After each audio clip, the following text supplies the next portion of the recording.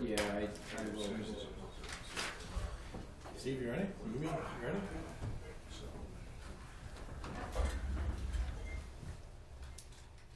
Got one more minute, but you can start. It doesn't look I've got everything turned on. Thank you. There's still 1 minute. This conference will now be recorded.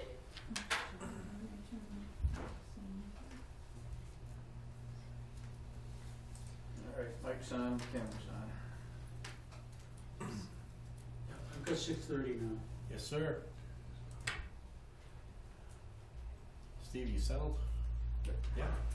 All right, good evening, everybody. Welcome to January 21st, 2025 Select Board. We start off with the Pledge of Allegiance. I pledge allegiance to the flag of the United States of America and to the republic for which it stands, one nation, under God, indivisible, with liberty and justice for all. We're ready. Any minutes to approve? Yes, we have one set of minutes this evening, the minutes from January 6th, 2025. I move that we accept the minutes as written. Second? All in favor? Aye. 300. We have, there are no additions to the agenda tonight.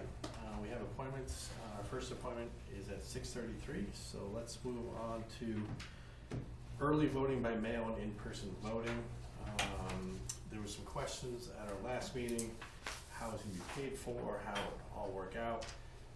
Steve, can you just give actually I can say it, the town's not paying for any of it, it's a state grant, so it makes sense to accept,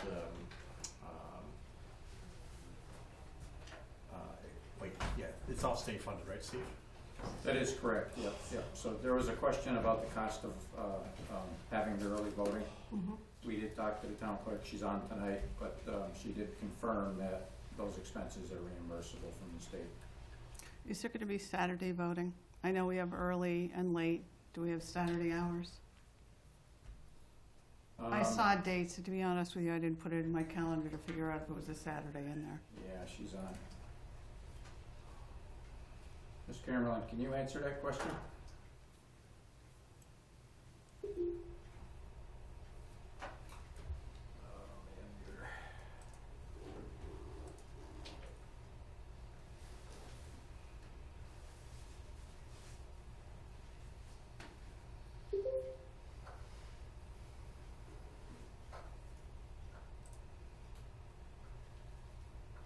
The answer is no. Did she say no? Well, I'm just looking at the dates here and I'm looking at my calendar. So it's Wednesday, Thursday, Friday, Monday, There's a problem with the sound apparently. Tuesday. This thing is muted. I don't know if that makes a difference. Probably because somebody disconnected the external speaker.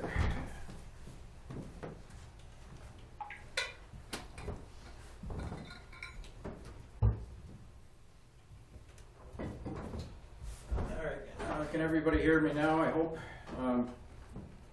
There's a question for the town clerk regarding the early voting, if there's going to be a Saturday voting, if that's a possibility. Hi, we can hear you now. Can you guys hear me? Yes. Yes, Terry.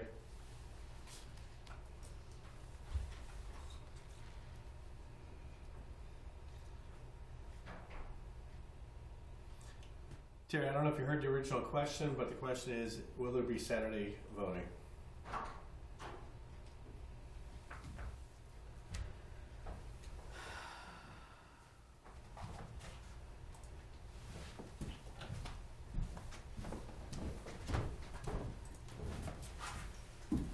Okay, it's 6:33.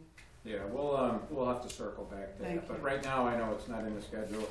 I don't know Even if if it's we something do she 9 to needs 12, just to accommodate people who can't. Okay, I will pass that along. Thank you. Very good. So our first appointment is the Hazard Mitigation Committee with a discussion regarding committee plan and next steps. Steve, I don't know if you want to tee this one up before we hand it off.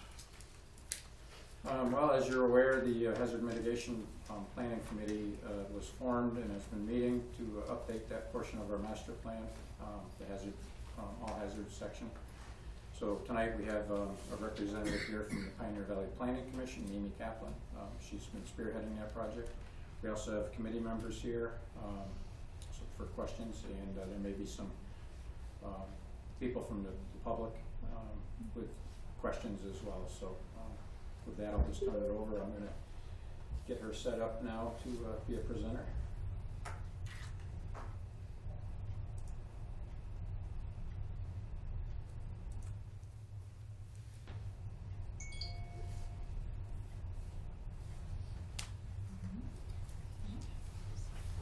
All right, we should be able to.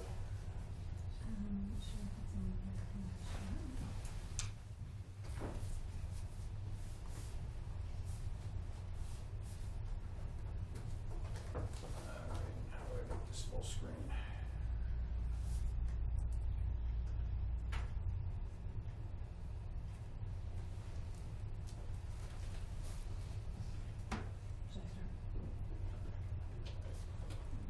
Yeah, I think so. You can pop it out.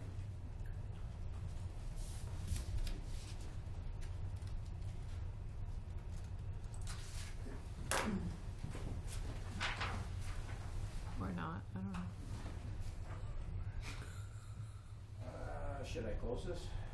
You- No. Can you go hit the back arrow, or is that shaded out? No, just go back to the other tab, see, the other tab is still,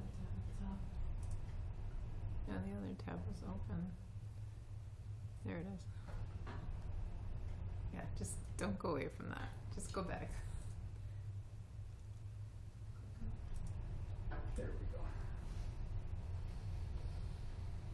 I'm just not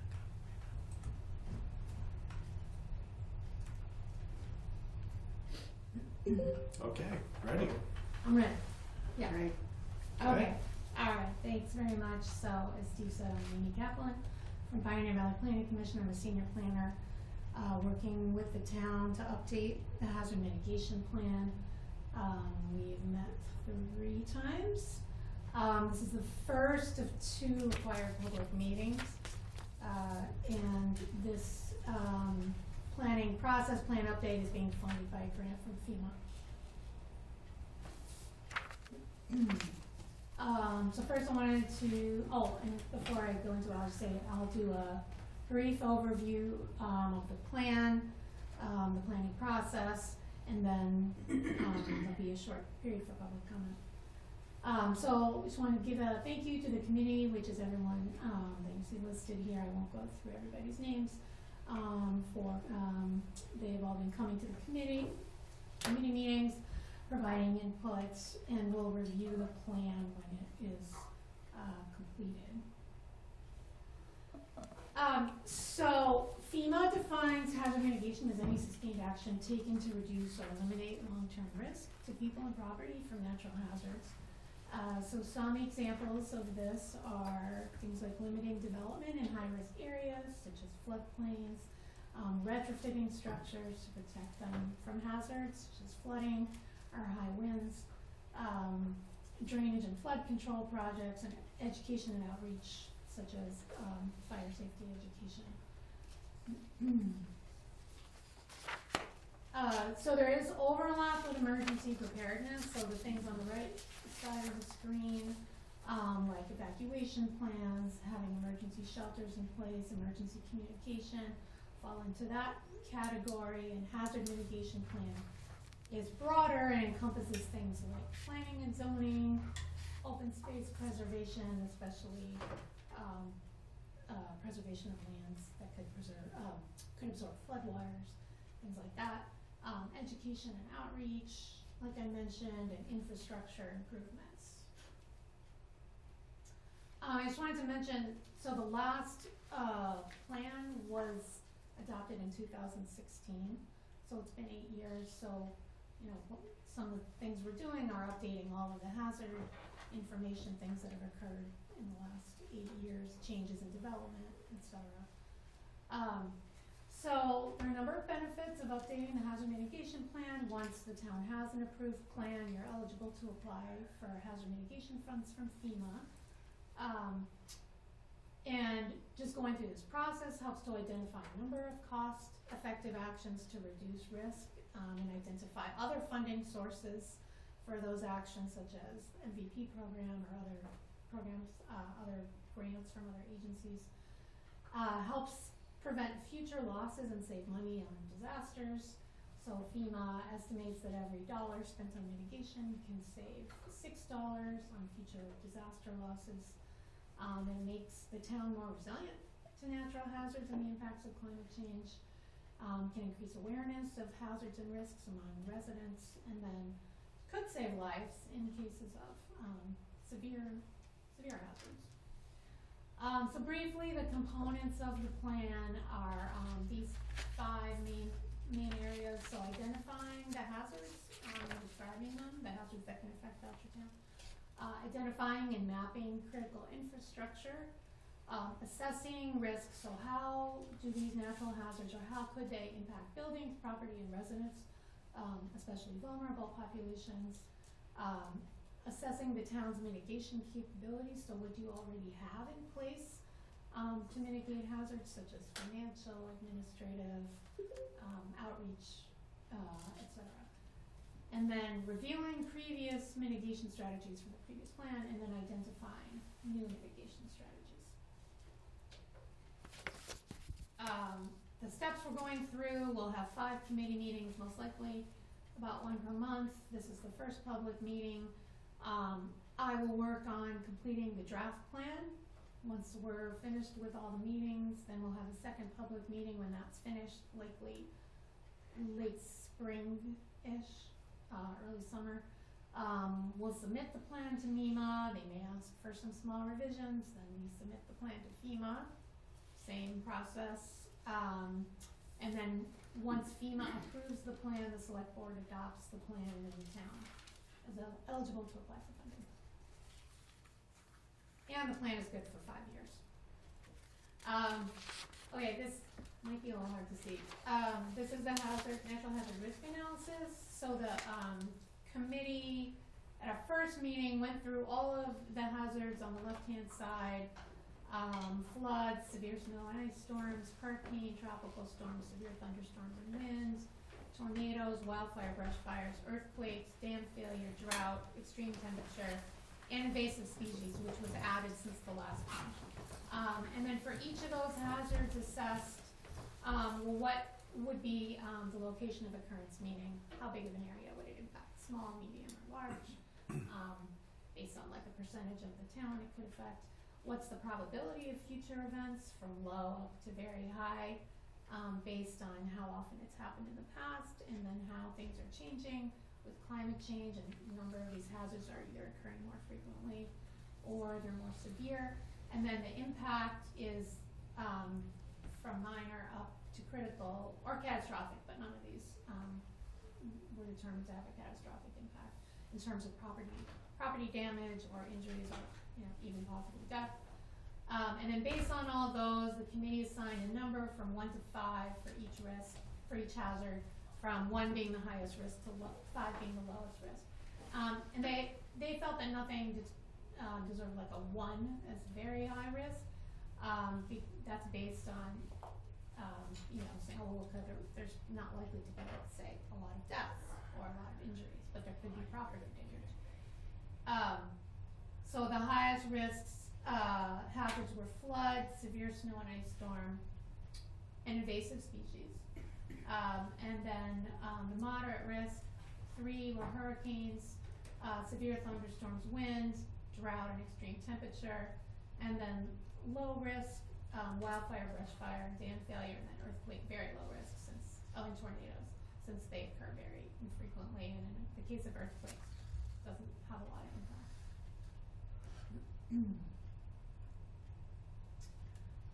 So climate change is affecting all of those hazards other than earthquakes. So like I mentioned, it's causing a lot of the hazards to either occur more frequently, be more severe, or both.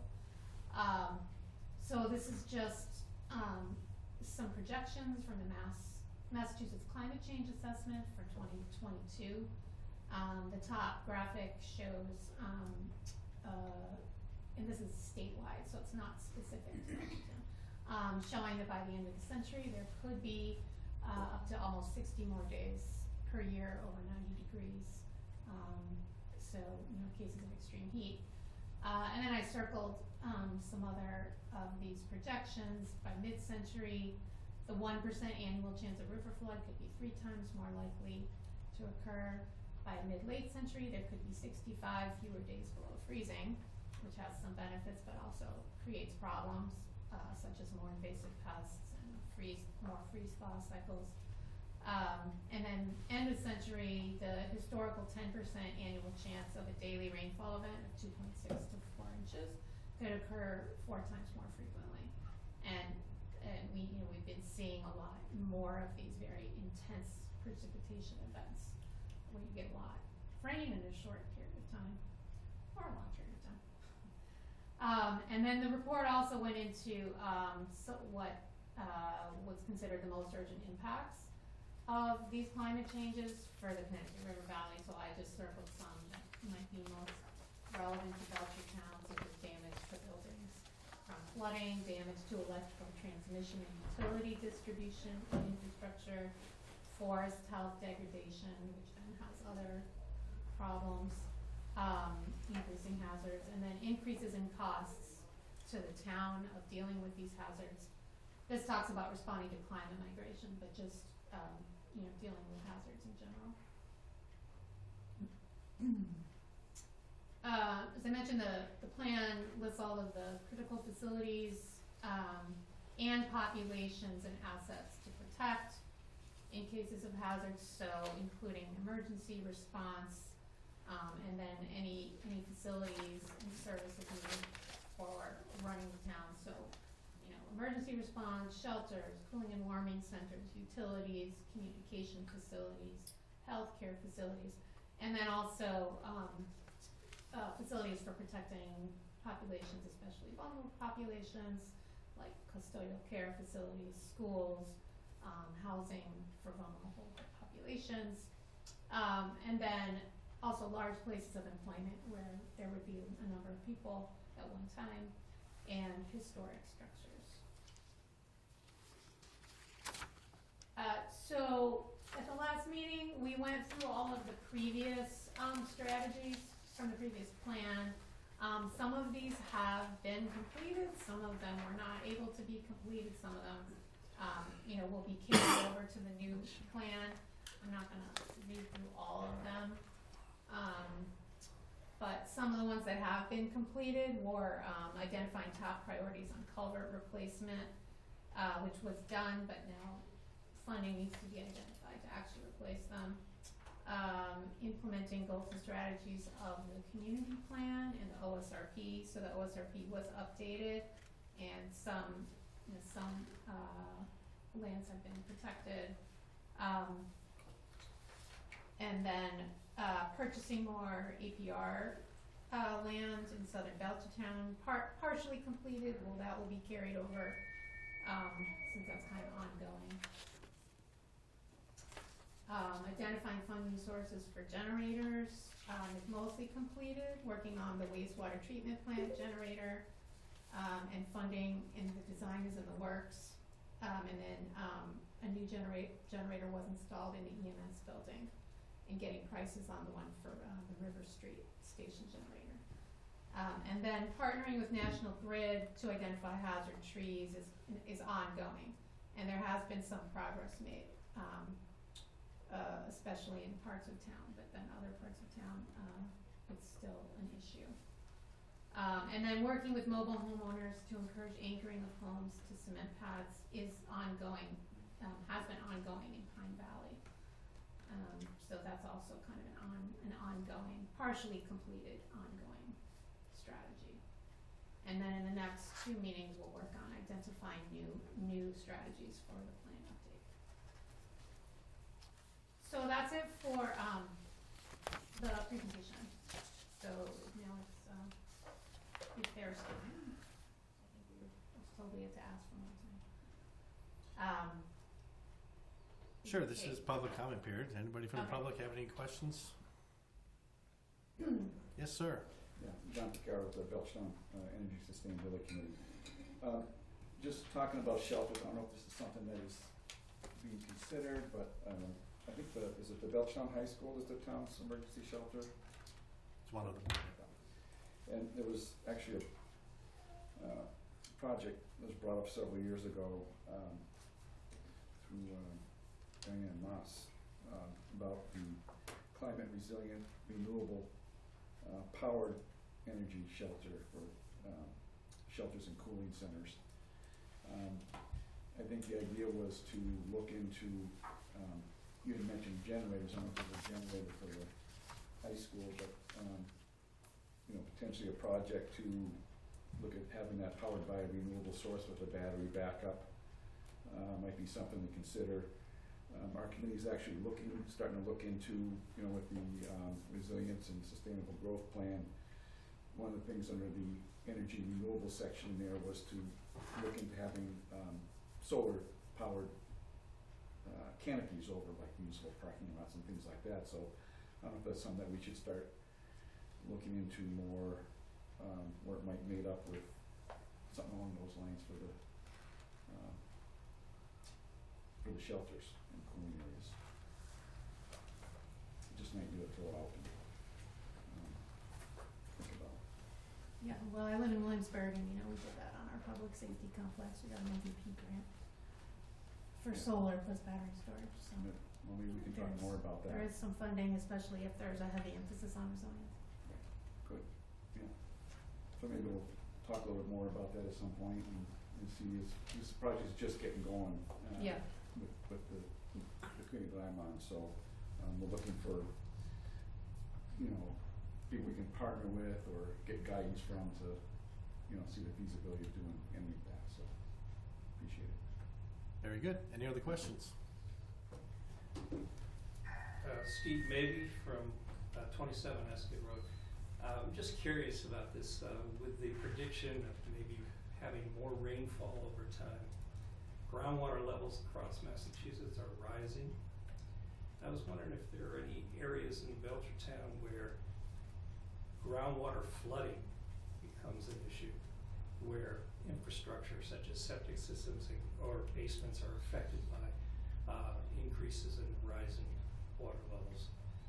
I know it's something that Vicky Zolte at DCR, there is a statewide vulnerability study that's currently underway looking at groundwater flooding as a new hazard with climate change.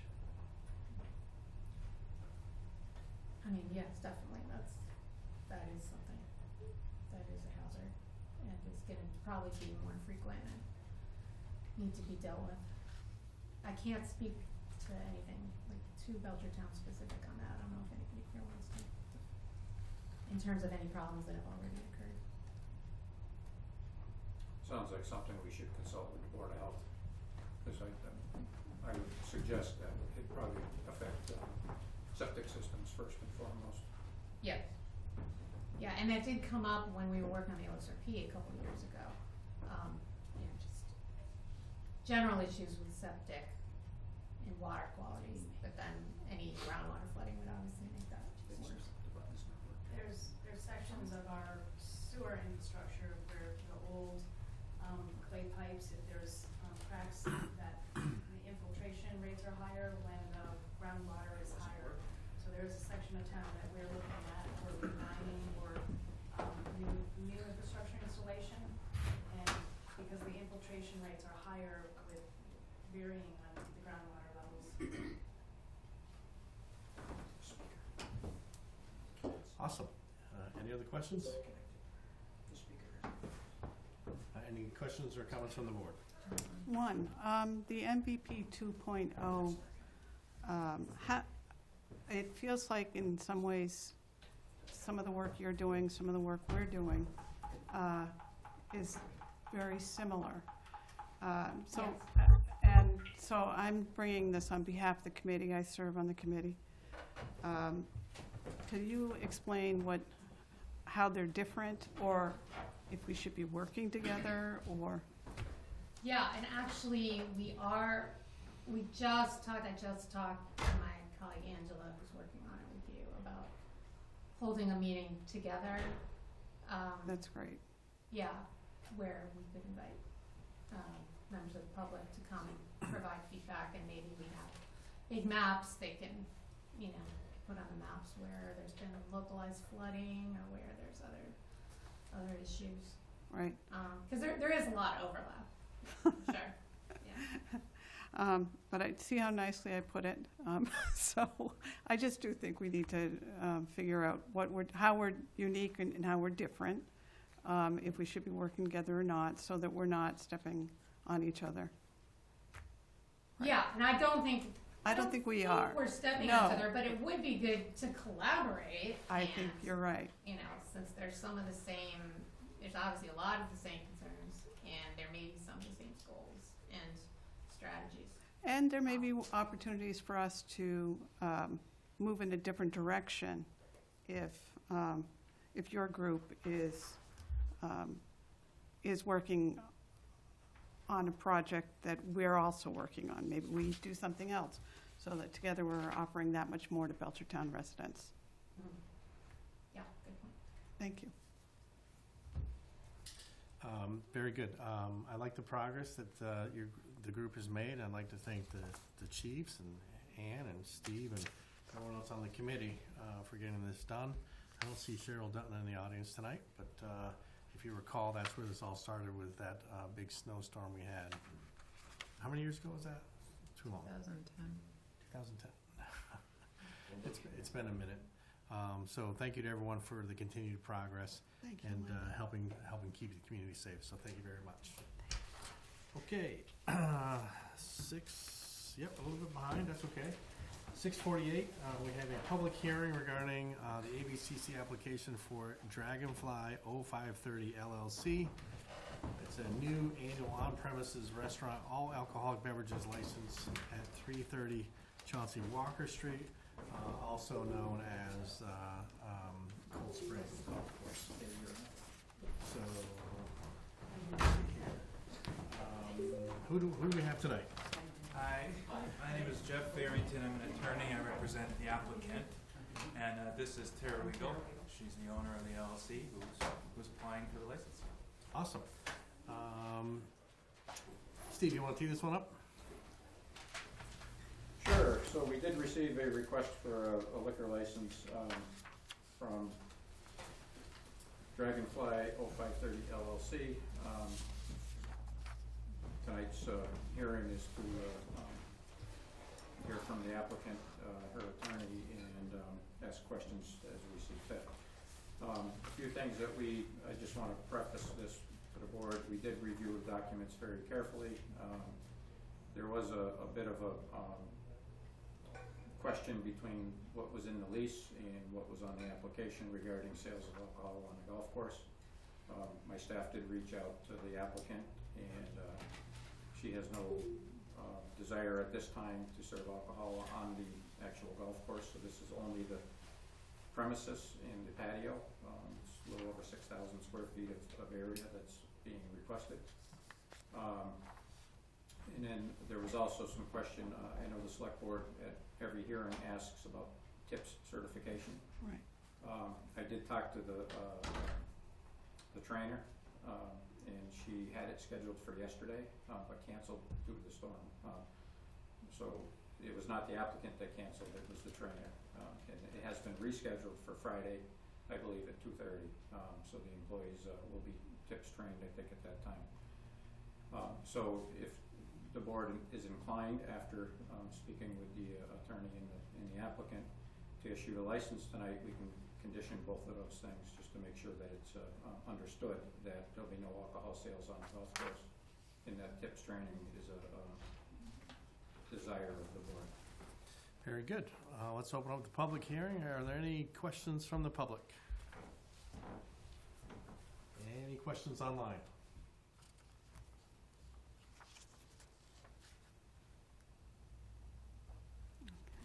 Going once. Twice.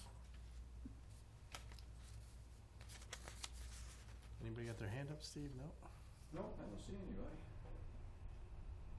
Awesome. All right. In that case, this public hearing is closed. We'll open up for the board for questions of the applicant. So, any questions from the board? No.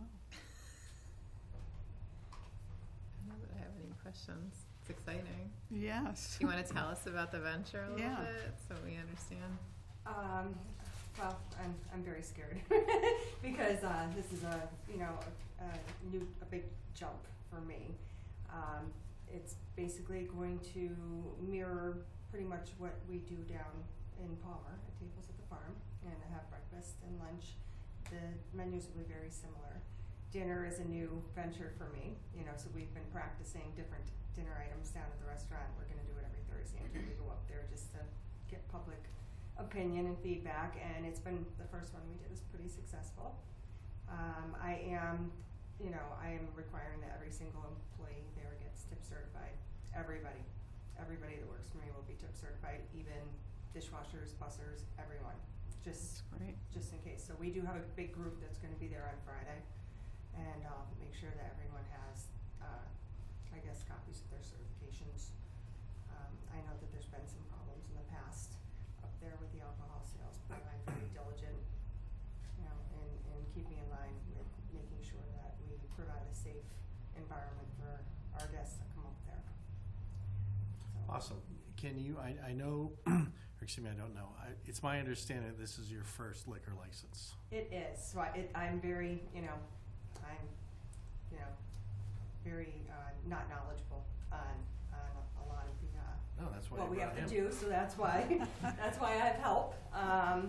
Yes, I've served alcohol in the past with fine dining. I have been tip certified in the past before, and I've managed fine dining and bars before. So I am very aware of the alcohol and the parameters involved in serving alcohol, but I've never held a license before. No. Can you share with me your understanding of what the serving area looks like? What is it supposed to be in terms of where are you allowed to serve alcohol? In the restaurant and serve on their patio. But right. Pretty much, yeah. I feel having right at this time, like the beer car, I think that's something that I am a little nervous about at this time, just because I don't know a lot about the alcohol licensing, and I think I just need to get myself grounded in the restaurant right now. I have enough to deal with getting everything going, but nobody will be serving on the grounds. We'll just have the patio and the bar and our dining area.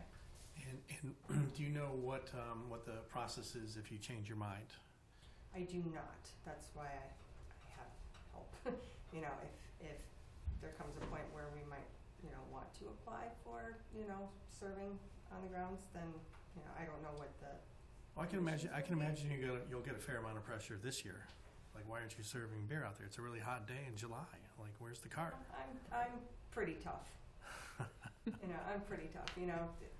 It is what it is. I've never bent the rules, and I don't believe in bending, especially with alcohol involved. I don't believe in bending rules. And you're aware, as the license holder, right? If things go wrong, yes. Who are we going to ask to talk to? Me, of course.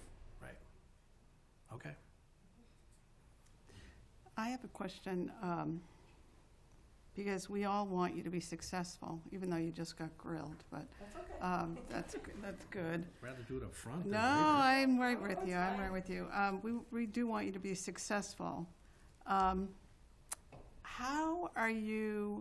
Have you thought about how you are going to manage the restaurant you currently have and open the new one at the same time? Do you have a plan in place for how you'll do that so that you will be successful? Because we are very excited about you coming here. I've eaten at your restaurant a lot. Thank you. So I'm curious about that. Everyone asks me that. I have a very solid staff where I am right now. I have a very grounded, solid staff, very dedicated. I can pretty much, I don't even need to be down there. It pretty much runs itself, They, the staff is fully trained. They all know what they have to do. I have an excellent kitchen manager. We've all, talked about this, and we've all figured out scheduling, who's going to be where, and split shifts and where we're going to go. And I'm going to focus most of my time up here, Okay. in the beginning, to make sure that things get up and running. I have been training and hiring and training staff for at least the past month now, and I keep them down in tables at the farm right now, and they get a shift or two a week to keep them conditioned to go up to the new establishment. So we will be ready for it. You know, I mean, like anybody else, I mean, I don't know 100% what to expect when we first open. I might need more staffing. I'm trying to prepare accordingly for it. I do have background in opening up corporate restaurants past years, so I do have a lot of knowledge in what I have to do to open restaurants and how, you know, tedious of a task it is. So we are trying to prepare for it. And you are quite comfortable. I am very comfortable. That's I am great. a little nervous, honestly. You know, I mean, I think anybody I would hope you would be, yeah. I think I'm more nervous about, you know, just because I'm so unfamiliar with the alcohol aspect of all of this. But I feel that I have enough experience to, you know, to just go with it. And I think it'll be fine. Just to add to that too, for her, it's truly a separate business model, the golf course restaurant, than what she has now, and what she's put in place kind of behind the scenes. There really isn't a lot of overlap between the two business ventures whatsoever, so she can really focus her attention on the new opportunity, like she said, and really put a lot of her effort into that, and hopefully let the Palmer restaurant keep doing its thing. And you'll start with breakfast and lunch and then move to dinner? No, we'll have breakfast, lunch, and dinner. Oh, you're spoiled. I'm just, oh yeah, when I go for it, I just go for it all. Good for that's you. why we're you know, just trying some different things out to see. That's great. But it is a completely different concept, you know, with the alcohol and the dinner and the golf course, you know, than what I have down in Palmer. But I feel I can make it work. I think that we're all pretty prepared for it. Thank you. Well, for what it's worth, I look forward to going back there. I haven't been there in quite some time. So I wish you the very best of luck. Thank you. I look Ditto. forward to seeing all of you up there. Any other questions? No, I think you. Very good. Steve, you had those two stipulations, right? Yeah, so no alcohol sales outside of the licensed premises. And second one is that the employees are tip certified. Very good. Is there a motion? At a minimum, the servers. Right. Do you want to make a motion, Jen? You want me to make the motion? I make a Appreciate that. motion that we grant the liquor license to Dragonfly 0530 LLC at 3030 Chauncey Walker Street with the following conditions: no alcohol sales outside of the service area as written, and on the condition that all servers at least are tips certified. Second. Any further discussion? All in favor? Aye. Aye. Very good. Congratulations. Congratulations. Good luck. I have the return receipts for the abutters notification. Should I turn Can I those? have those? Yeah, I'll give those to you. Yeah. Thank you very much. Thank you. It's nice to meet you. Oh, Thank you. how about this? Let's see, moving on to 5A, Allison Bonvie, the grants manager, brand new grants manager. Oh, hello, Allison. Hi. So, you're the new grants So. manager. I am. Welcome. Thank you. It's a big project, right? I mean, It is. it's a very big project, and, you know, my colleague here, Jen Turner's been after grants, and like, after a bunch of years, we're finally getting a lot of momentum, more than we've had. And I'm hoping that we just get more and more momentum, right, which is where you come in. So, what can you tell us about yourself? I'm a very interesting person. I'm a big picture thinker, but I'm a little piece doer. I have a lot of experience in all of the little pieces that lead to the big piece, and I find it really important to see the big picture and understand as much of it as I can so that I can make sure that the little pieces are happening in the right way and understand how they're connected to each other and can better be more efficient and helpful to anyone involved in any of those pieces. So Steve, will Allison be interacting with you the most? Well, she's been here a little over a month now, and I think most of her interactions have been with the town planner because of his unofficial title as our grant writer. The town accountant, because of her management of the grants in the past, and what she's been doing over these last few weeks is meeting with all the department heads one by one to try to find out what grants they've been going after, what support they need, and trying to develop the matrix, which her and I have talked about. So we've had some meetings just to talk about status and progress, and I get either a weekly or an every other week email with a list of projects that she's been working on. So I wouldn't say that I'm going to be the primary person she's working with, but we do keep in touch. And so far what I've seen, I think she's been working hard, and I'm impressed that she's done as much outreach as she has. I think the grant matrix, which I guess I'll let you explain a little bit further, but I think that's going to be a very valuable asset to have all these different grants in a table, so we know not only what's ongoing but what's out there. Even grants that we haven't applied for in the past eventually could be integrated into this document, so anybody could walk in and say, this is what we should be looking at. So is that sort of accurate? Yeah, that is sort of accurate. What I'm doing is I'm trying to gather as much information as I can to get the bigger picture of what people have in mind and what their projects are, so that I can sort of make sure that there's no overlap or conflict, or, sometimes maybe things can be joined, like was just happening here, to be more efficient.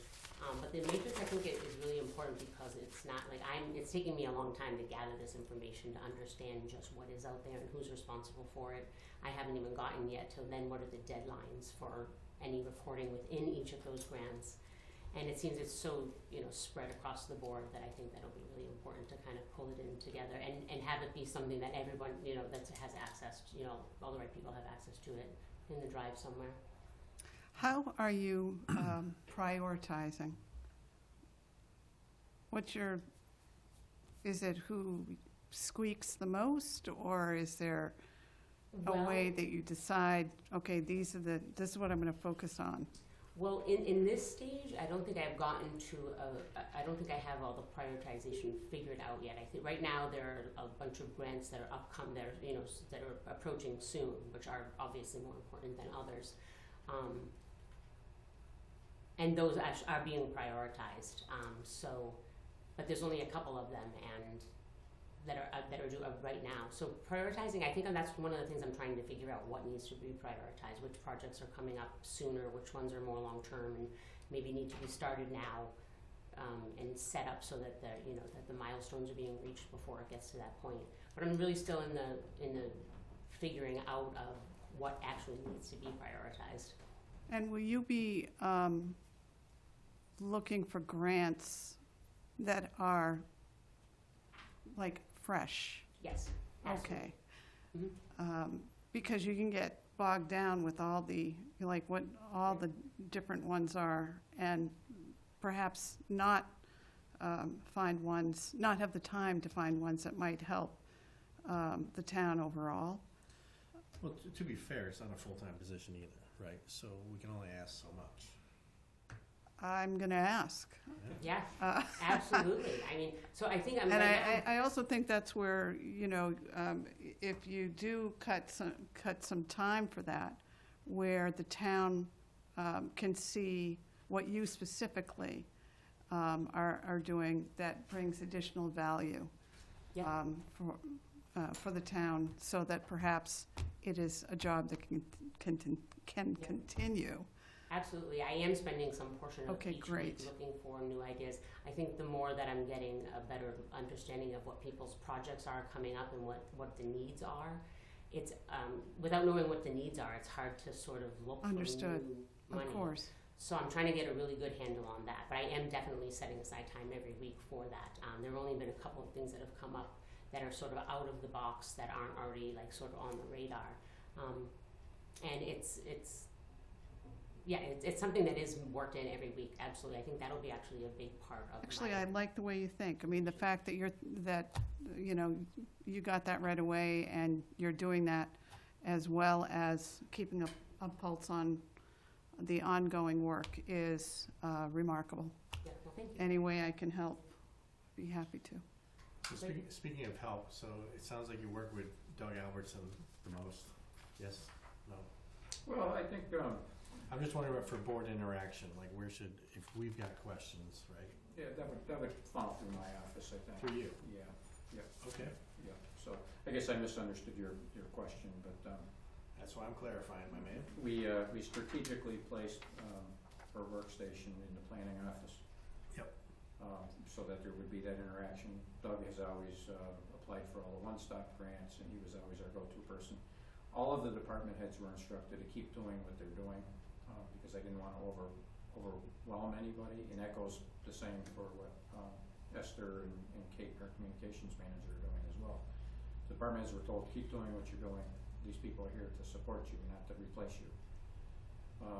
So I think that Allison has picked up on that. I do think it's a priority that we have this matrix in place. Once that's behind us, then I think that's when you'll really hit the ground running on grants. But in the meantime, if something does come up, I mean, people are emailing us grant notices all the time, and I'm sending them right to Allison. I think the board will be surprised. I'm not surprised. I've worked with these department heads for years, and I know how many grants that they've been going after. I think the board will be surprised when they see it in a matrix. I think you're probably realizing that it's a lot. It's not just a few grants. It's a tremendous amount. Yeah. So it's going to take a little while to get that together, and certainly that's not the only thing we're going to work on. If other things come up, we'll If it's possible, it would be really an education to see to actually see what all the different departments are going for. yeah. Yeah. So if that's a possibility, that would Yeah, be well, that's what I'm putting together now. great. Yeah. Amazing.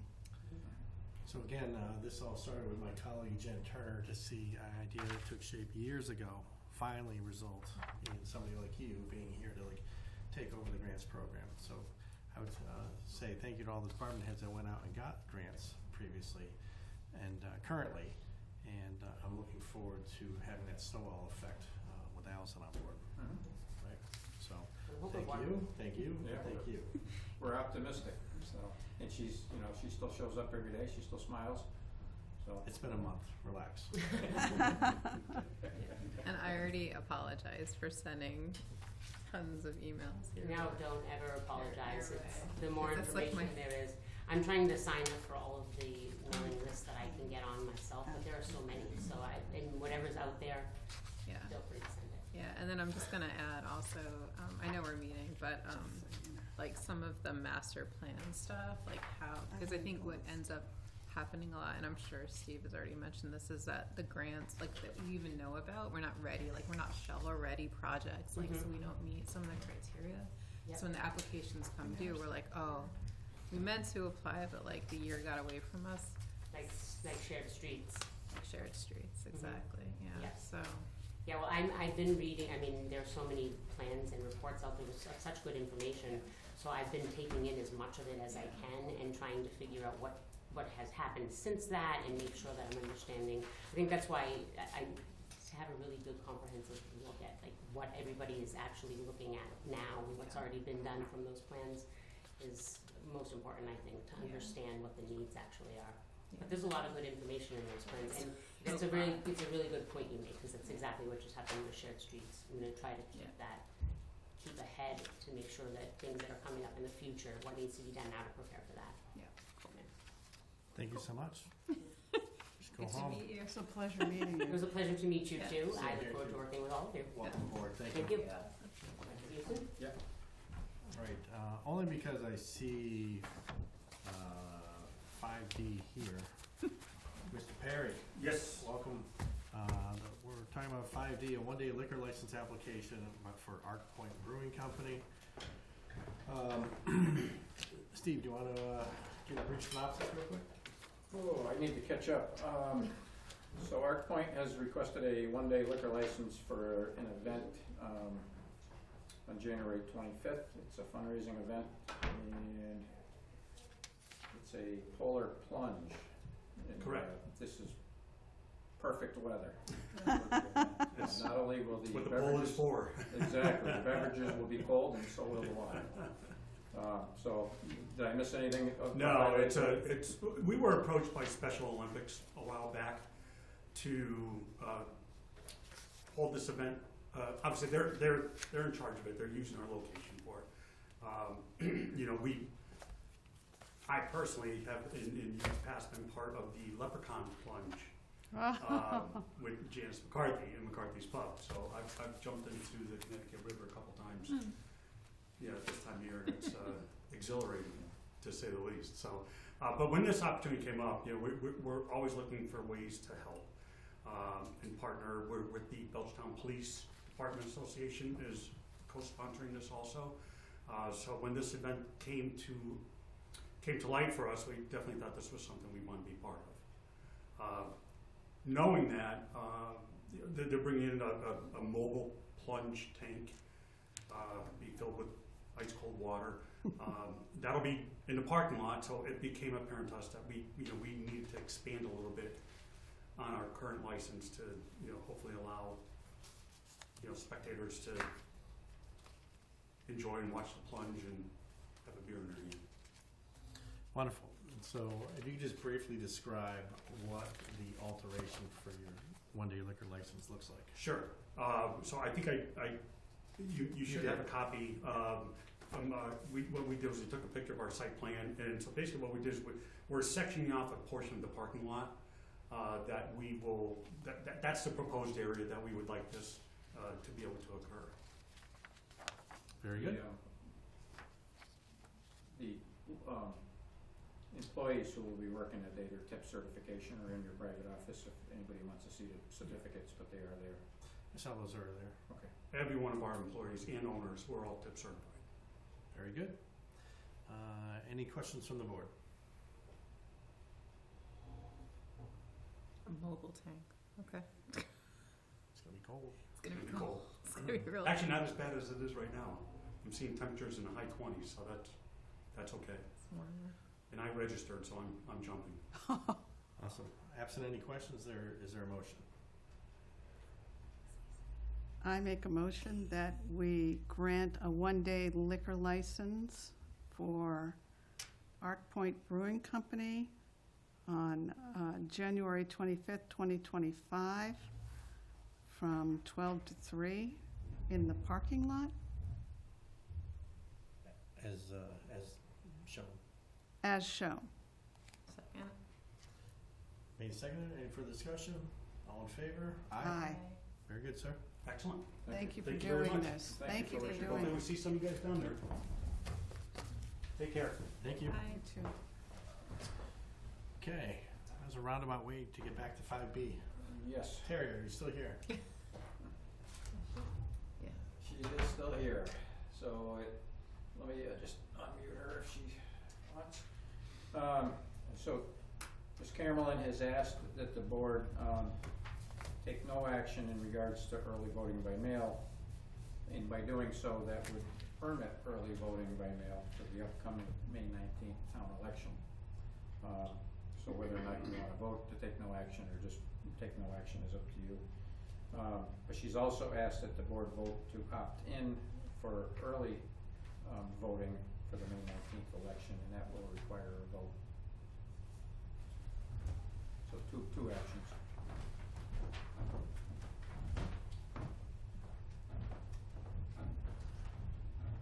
Can you hear us, Terry? Terry, yes. Yep, I can hear you. Can you hear me? Yep, so there was a question previously about whether or not you would consider some Saturday hours, even like a 9 to 12. Sure. So in the past, we have tried to do a Saturday as well as a weeknight. And I can tell you honestly, we get fewer than 10 people who will do either the Saturday or the weeknight. And mainly because we are not in a presidential year nor a midterm year. So it's very difficult to get a voter turnout. But if that's something you want to offer, we can certainly do it. Just be aware that usually those morning sessions, people are busy with their kids in sports. Okay, no, that's a very good explanation. If you've done this and not gotten a great turnout, there's no need to waste your time. But thank you. Okay, you're welcome, no problem. Okay, so we need a No. motion. We're moving to take no action on early voting. Steve, what do you want us to do right now? Why don't you, take a vote to take no action on the first portion, just so we have a record of it. So that's, to take no action in regards to, Mail and in person? voting by mail. In person would be a second vote, Okay. and that'll be to approve if you wanna opt in. So I move we take no action for early voting in the upcoming May 19, 2025 town election. Second. All in favor? Aye. What was this? We have to opt in? Yeah, the second one will be to opt into Okay. early in-person voting. I move we opt in to have in-person early voting for municipal elections for 2025? May 19th, 2025 May election. 19, 2025 town election. Seconded. All in favor? Aye.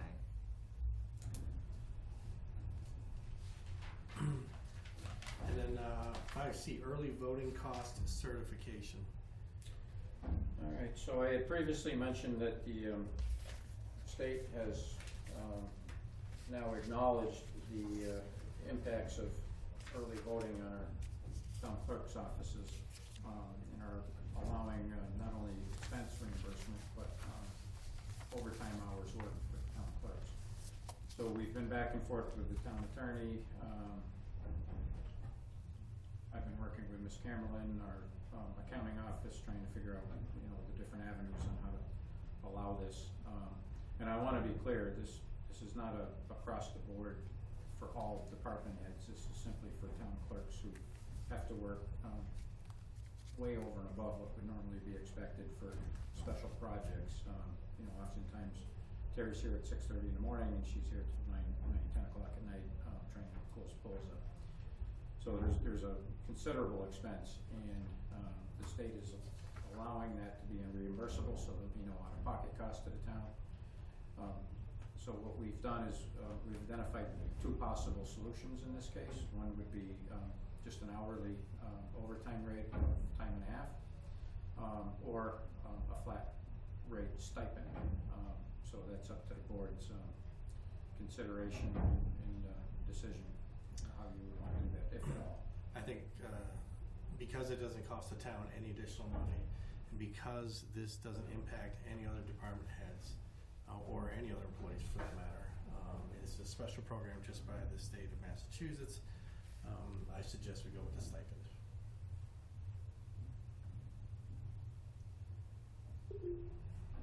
What would Terry like?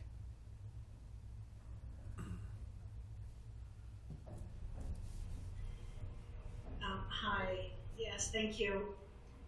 I am grateful that the state is finally acknowledging that the town clerks, it's not just our town and not just me, but it is all the town clerks across the state. Once early voting was implemented, we were required to work way above our normal jobs, and like Steve said, even normal projects. And so we are very grateful that the state has acknowledged that extra work and is willing to pay us for that. That being said, it is up to the select board on what is going to work. This is going to be something that's going to be put in place going forward, because it is now law that we have to do early for for state elections. So this overtime is not going to stop. It's going to continue for any further clerk after me.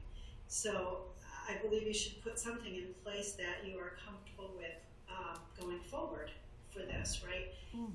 Just kind of give you a little bit of an inkling. When I totaled up the hours that the state is willing to reimburse, now they're only going to reimburse if you worked early in person or early by mail. None of the other jobs that we're doing for the election is being reimbursable. So when I add up only those tasks for the September and the November election, which is what they're looking to reimburse, there's 97 hours that I worked. So that I would leave it up to the select board to choose what they think is the best way to compensate for that extra And like I said, the state is going to reimburse however you choose. Jen, any questions? So, sorry, so overtime would be, what would be the? Time and a half. Yeah, so the rough math works out with 97 hours, if we simply divide that by 2, over the 2 elections that she mentioned. If we were to pay overtime, it would be just a few cents over $2,300. So if we were gonna try to formulate a stipend, I would suggest that be the ballpark. The exact math is based on her current salary is $2,300.84. The salary will increase over time through normal steps, so we could revisit that if we want to go with a stipend. We could try to set a number somewhere in that range, and then come back and increase it or decrease it as we see fit. You could delegate I was that more authority just to me. interested in if she had a preference. Yeah, it doesn't I mean, sound the like it. stipend is a fine idea. Yeah, so if you wanna delegate that to me, I can work it out with her. It would be in that ballpark. Yeah. I think that's where we'd be. Yeah, and if there's any changes, obviously come back to the board, right? So I think it's safe to assume you can go ahead with the stipend in that direction. Jen? That sounds great. Do we have to vote on that? Yes, please, let's have the record of it. I make a motion that we allow our town manager to work out a stipend amount for the state reimbursement for town clerk for state elections overtime.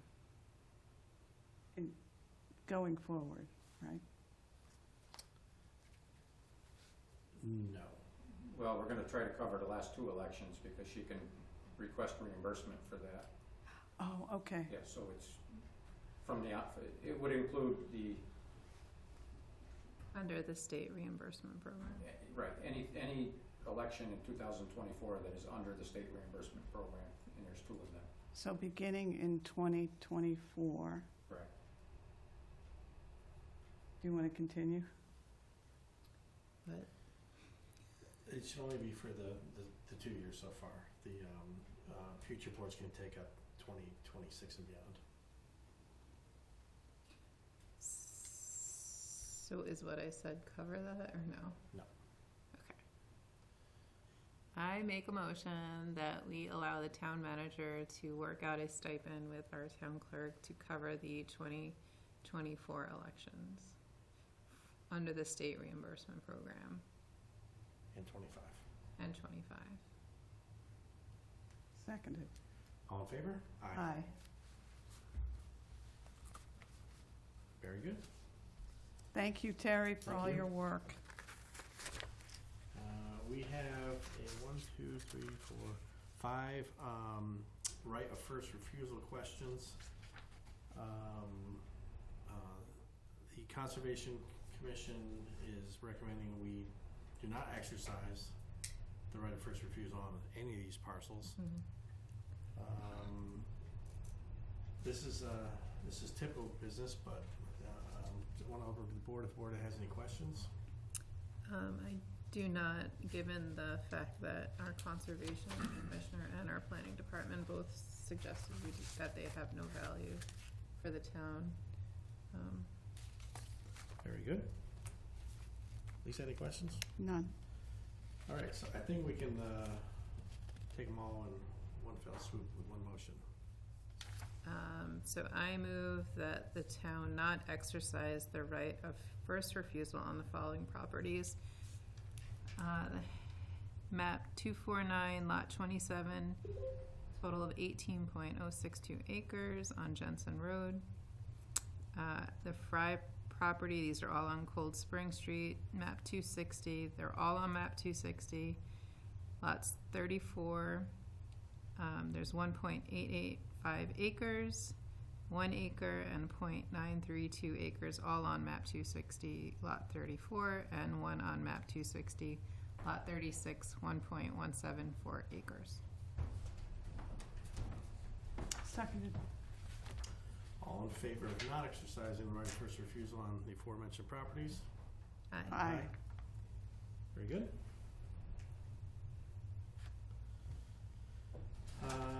Town managers report. Okay. Steve, back to you. Well, it's been a busy couple of weeks. I endorsed typical warrants. We did have a pre-bid on-site meeting for the Sports Haven Mobile Home Park infrastructure project. It was well attended, better than the first bid. So we're anticipating a good bid opening on the 28th. We're hoping that we have more favorable pricing this time. We did rework the project a little bit, so I think we're going to be happy once we open those bids. There is a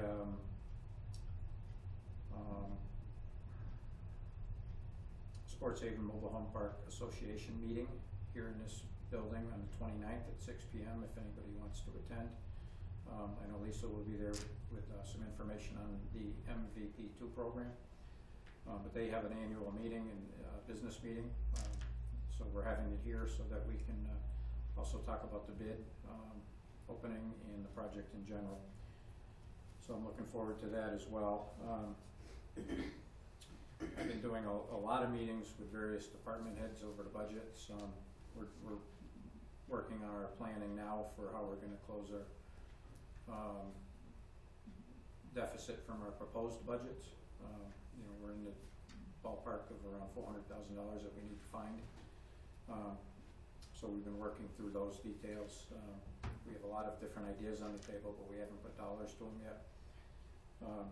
Hopefully after this weekend, we'll have some good news from our governor, and maybe it'll take some of that pressure off. And that's when we're going to really start digging into things. I'll be right back. Carry on. So there's a lot of references to meetings. I'm not going to list all of them. I did attend the Board of Health meeting to discuss some recent tobacco violations.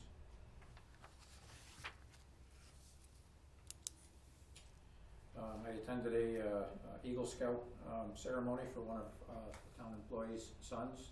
That was kind of a neat event. I've never been to one before, surprisingly, with all the people that I've known over the years. But I was impressed in the accomplishments of Thomas DeWitt, Roland DeWitt's son, were just incredible.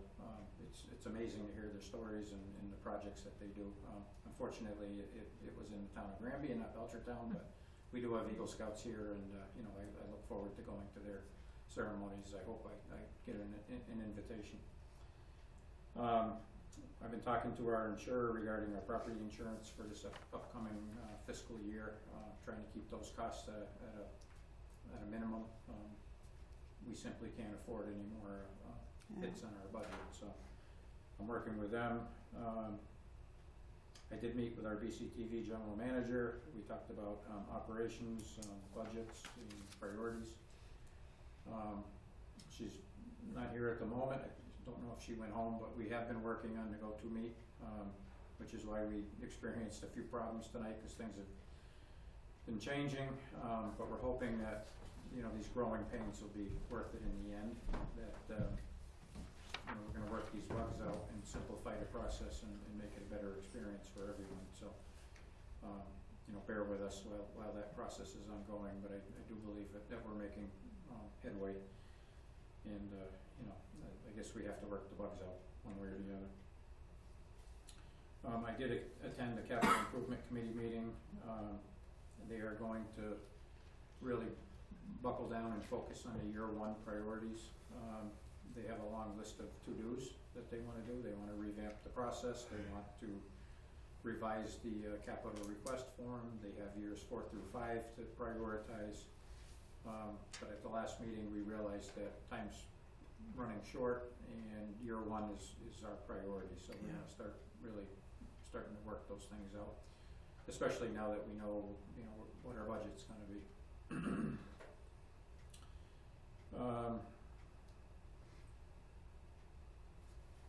I did attend the Cultural District Creative Economy Committee meeting. That's a great group. They have a lot of great ideas. I had to leave early, but while I was there, we did talk about the mural project at the transfer station. They have 3 templates that they're considering right now, making some revisions to, and then I think they're gonna be, I believe, coming in front of the select board for the final product. Okay.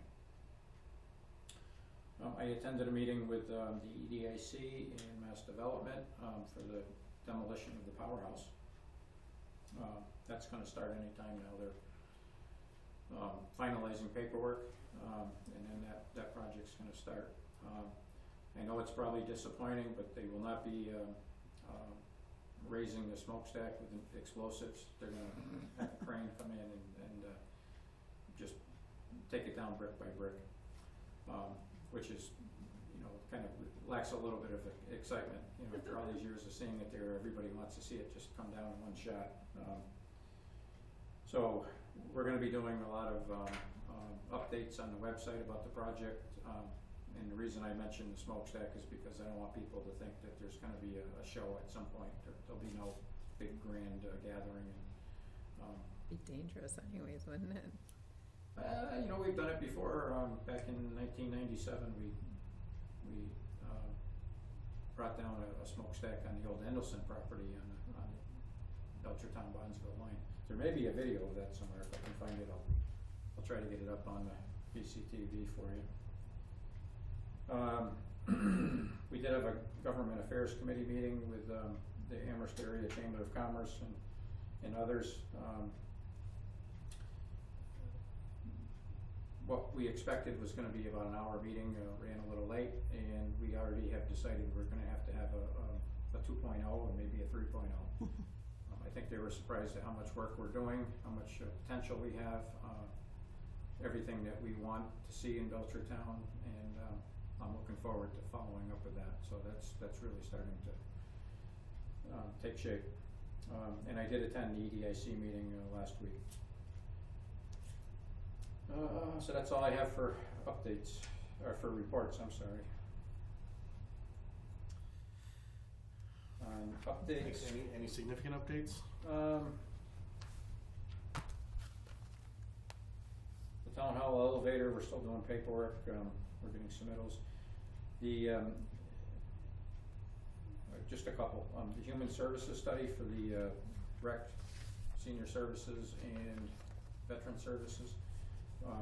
Joanne and I, she's been extremely busy with end of the year projects, W-2s. She's working on a database of gross salaries for all town employees, health insurance, tax documents, so she's been pretty busy. But we did squeeze in a kickoff meeting with the Collins Center regarding the human services study. And I guess what I want to mention here that's important, and we'll bring this up at another meeting, but as you're aware, the Recreation Committee and our Rec Director are working on a survey. The Collins Center, as part of this human services study, wants to do a survey. After talking about it, they said, people get survey burnout, so they want to take what the Rec Department has put together, send it to their survey people. They have people, that's all they do is surveys. So, we may see a more enhanced product, and then they want to add in the questionnaire about veteran services and senior services that they're going to develop. So I think we're going to pause a little bit on what Kyle is doing. That makes sense. Mm-hmm. All of these surveys, once they're combined into one document, will still come in front of the board as a draft for review. But it's going to take a little bit longer. So we'll be talking about that a little bit further, but I felt that they were right. If we start sending surveys out, we're probably going to burn people out. So, especially because they're going to be, at least for the recreation portion, the same or very similar. So the DLS is still working on the financial organizational review. I don't know if there's been any progress in the last 2 weeks. I haven't had a chance to follow up with them. I know they've contacted at least 4 of the 5 select board members. I know you still haven't heard anything. Okay. So I will follow up with them this week, but it was their intent to speak with everybody, so we'll make sure that happens. And then next meeting, we're scheduled for Monday night, February 3rd, for a regular meeting. As of right now, we have February 6th on the books for a tri-board meeting to go over the budgets. By then, we should have all the information from the state, and it should be inputted into our income and expense sheets, and we should know where we stand. So that'll give me some time to go over all of that with our department heads and try to figure out what we need to do, and hopefully the schools will have the same, opportunity. They should have about a week or so to kind of digest it, and then we'll have another meeting. So that's really all I have. Thank you. 8, review of the weekly mail. Any items catch anybody's attention? Yes, the number 5 by Elise Barry. She has written to ask if there's enough interest and an inexpensive way to survey the townspeople about changing the name back to Cold Spring before making more literature with the name of Belchertown on it, as is proposed to be done by the Creative Economy Committee governance structure. Thoughts on that? Well, I think if we just want to gauge the flavor of the community, we could probably just put a simple 2-question or 1-question survey up on the website, on the homepage. Do you like Belchertown, or would you prefer Cold Spring, and leave it at that. Share it on our Facebook page. I'm sure that'll spread through town. I could also check with town council regarding the difficulties of doing something like that. I know off the top of my head, I'm thinking property deeds and mailing addresses and medical records and job, everything everybody does is Belchertown. I don't know how that would look. And at some point, after the DLS is done with the financial review, we're going to begin a process to review our charter again. That's going to be one of the recommendations. And there'll be some guidance in there, and maybe that's something we could look at through a charter change. I don't know if that would make sense, but I'm kind of just thinking out loud because, it's not every day a town changes their name. So, but if you want, we can certainly put something up on the webpage and just see what comes of it. I don't know, what do you guys think? This question comes up periodically, not every year. It's like that. Comes up periodically. I don't know the right answer to that question. Neither do I. Although it would be interesting to see like an informal, hey, see what the temperature of the community is. I'm more than happy to put something up on the website and just see what happens. Oh, it'll definitely get engagement. It will, yeah. It may, For may sure. actually, increase our followers on Facebook. I'm sure it would. I will be careful to say that this is not an endorsement. Yeah.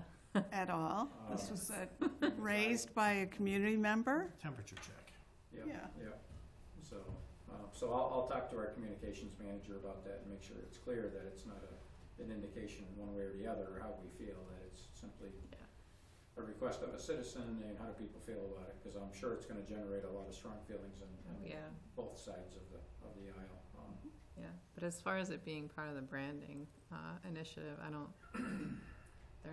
It's clear in the Q&A that they put together that that's not part of that project at all. So to Elise's question, I'm just reading what she said. no, I'm responding back to Elise's question. Okay. Not at this time. That one. So the last item of mail in this week's folder, gosh, I don't even remember when, probably some point last year, with the change from town administrator to town manager. We were part of that town meeting vote and subsequent legislative change at the state level. I thought it might be helpful for the board to get a better understanding of what actually all those changes meant. So asked the town labor attorney, Mark Terry from Myrick and O'Connell, to give us their thoughts about the select board and the town manager's powers and responsibilities. So in a nutshell, the select board still develops the policies to guide the town, and delegates that stuff to the town manager, in this case, Steve Williams. And what that looks like specifically is that the town manager is responsible for developing the budget that the select board and subsequently town meeting approve. One of the other interesting parts here, and it's worth noting, is that the school department is its own entity, in that we are not financially responsible for the decisions that they choose to make with the part of the budget that the town allocates to them every year. So whereas the weekly warrant comes in for the town manager to approve, and Steve has administrative and daily oversight of all the other budgets, the one part he does not have oversight of is the school department budget. And that's state law. That's not unique to Belechertown. That's across the entire Commonwealth. But I thought it'd be really helpful to have this memorialized inside the notes, and I would expect that Steve, I expect you to put this in for the handbook for select board members specifically.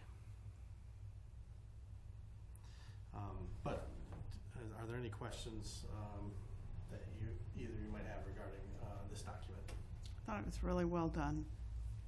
That's clear. Okay, very good. Okay. If you have any comments or more questions on it, we can get clarification before it goes into the handbook. Otherwise, we'll find a way to incorporate it. All right, individual board members' reports. Lisa? I attended the Tri-Board budget meeting on the 9th. I met with Chris Hoag regarding a recovery listening meeting for MVP 2.0 on the 13th. On the 15th, I went to an MVP 2.0 regular committee meeting. On the 18th, I went to the Belchertown Agricultural Commission's annual winter farmer meeting, which was fascinating. I also went to the Board of Health meeting that Steve attended, and met with the BCTV general manager. Can you talk more about the ag meeting? What did they do there? You know, I was going to talk, and then I thought, maybe I shouldn't. They had two speakers, and one of them was talking about funding sources. The second one was talking about the critical importance of succession planning, and asked a question in the room, a basic question of how many people in the room had even done a will, let alone talked about how to deal with the farm. Right. And the speaker was absolutely fascinating. She understood not only the legal ramifications, but all of the different emotional and spiritual potential blocks to engaging in that work, and that it's long and there's many facets to it, and if one child is doing the farm, what does that mean for the other children that aren't? Right. And how do you balance all this? You could really hear a pin drop.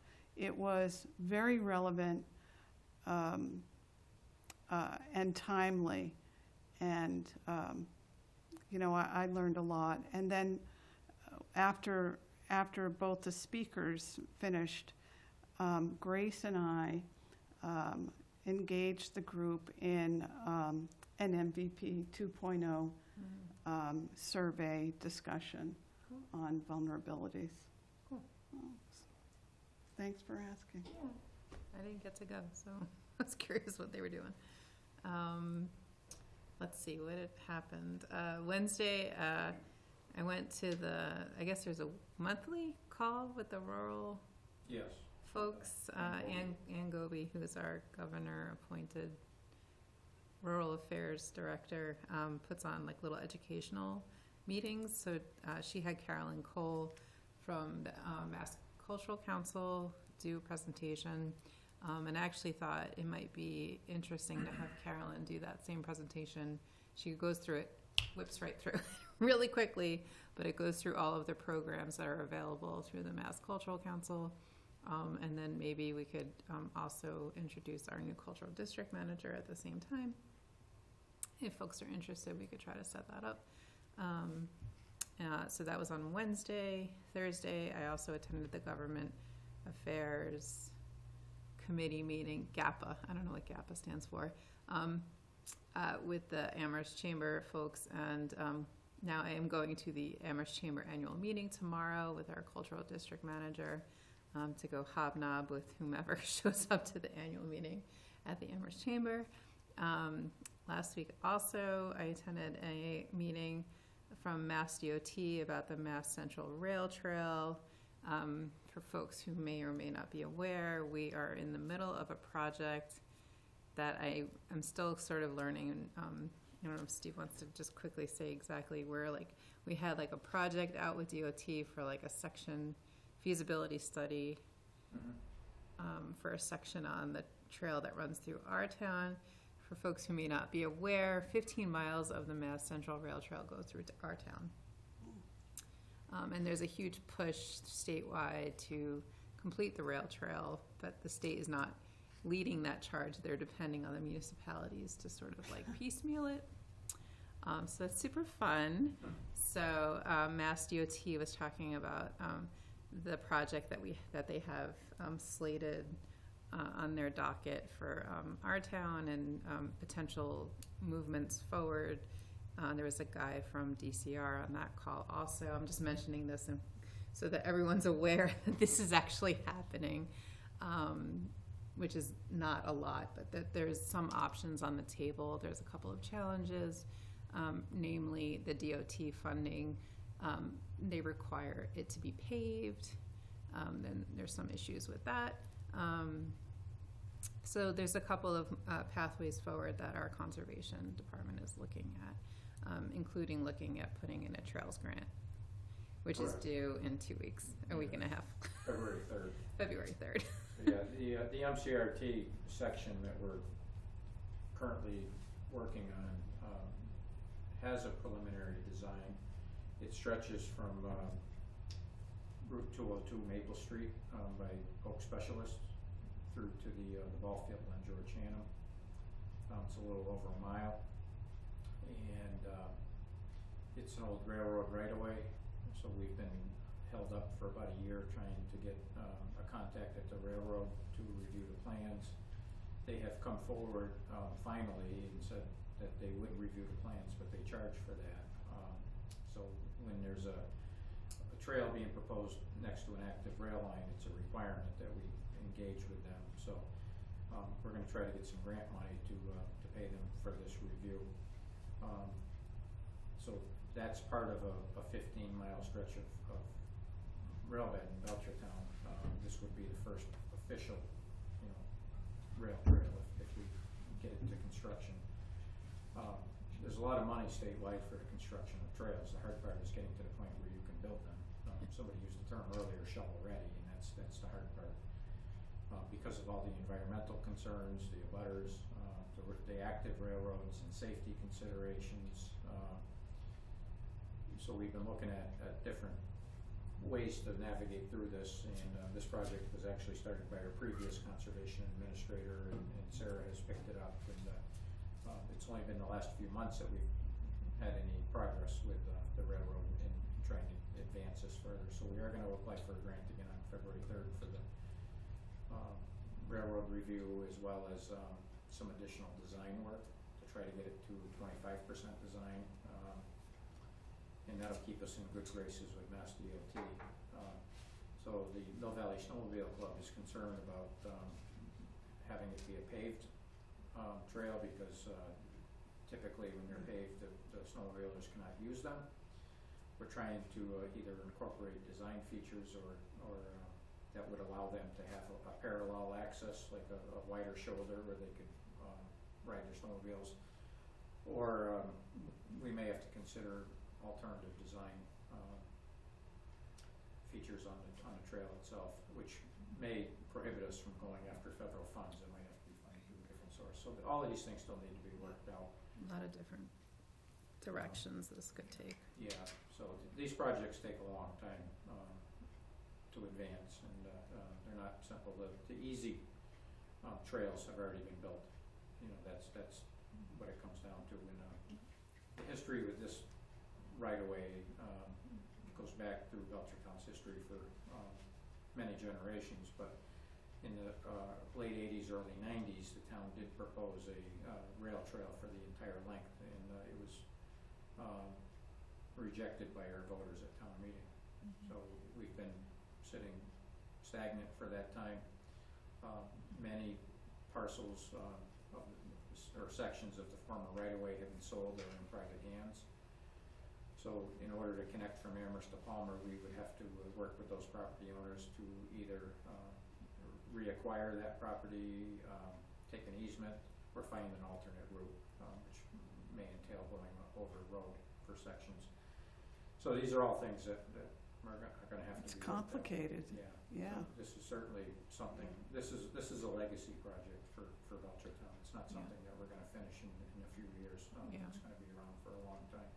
Yeah, I would just mention on the call, one of the biggest things that they asked was, is there support from the town and at the select board level? And that's why I'm bringing it to the attention of the two of you, and hopefully when Whitney and Nicole are back, we can talk about it some more. But, you know, they want to make sure that the town, it's favorable in the eyes of the town probably because of what happened years ago. I think the town's demographics have changed. I think there's Yeah. more acceptance and awareness of the rail trails. People have seen them be successful in other communities. I have been advocating with our legislators to either have the state take over this not just the segment in Belchertown, but the master planning statewide, because it seems a little segmented. That It feels like the state should be driving this. So at a minimum, I would like to see the state try to fund a regional coordinator, even if the towns are still responsible for designing their individual sections and pieces. At least if there was somebody at the state level or you know, within the It's a DC smart idea. that could manage and keep track of all these projects statewide and help the communities navigate through the pitfalls. I mean, it took us almost a year to work things out with the railroad. So if somebody from the state was facilitating those communications, they would have contacts built in. And, so that's been on my list of things with our legislators. Thank you. I do have one other thing. I'm going to the Mass Municipal Association's annual meeting. I know Chris Martin is on the line. I don't know if he's still listening, but since Belchertown won the award, I'd very much like to attend that, and I'm not sure when that's going to happen at the meeting. I thought it was Friday.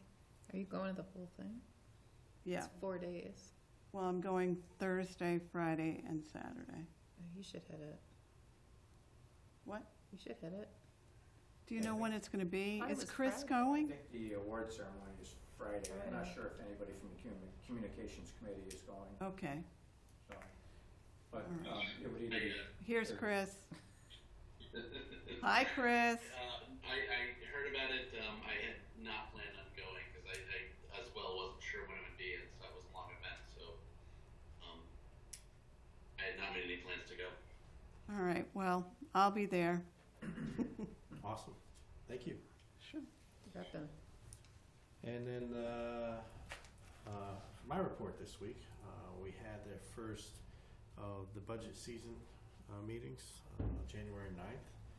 And I'd like to thank everyone for the participation, the Finance Committee, the School Committee, the Select Board, and a variety of other people, including Steve and Jill Panto, the Town Accountant, I thought Jill did a phenomenal job taking a complex subject, breaking it down for a lot of people in the room, which was really good.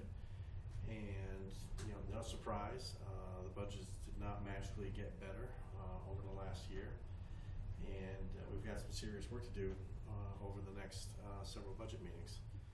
The next one is what are we scheduled for? February 6th? February 6th, yeah. We're looking at February 6th. Location to be determined. We want to make sure it's in a place that impacts as few people as possible, but still large enough to accommodate anybody that wishes to come and listen. So it's the beginning of the budget season, and town meeting is in May, so we have from now until March/April to finish up this year's budget package. So that's my report for this week. Any questions from the press? Very good. Number 11.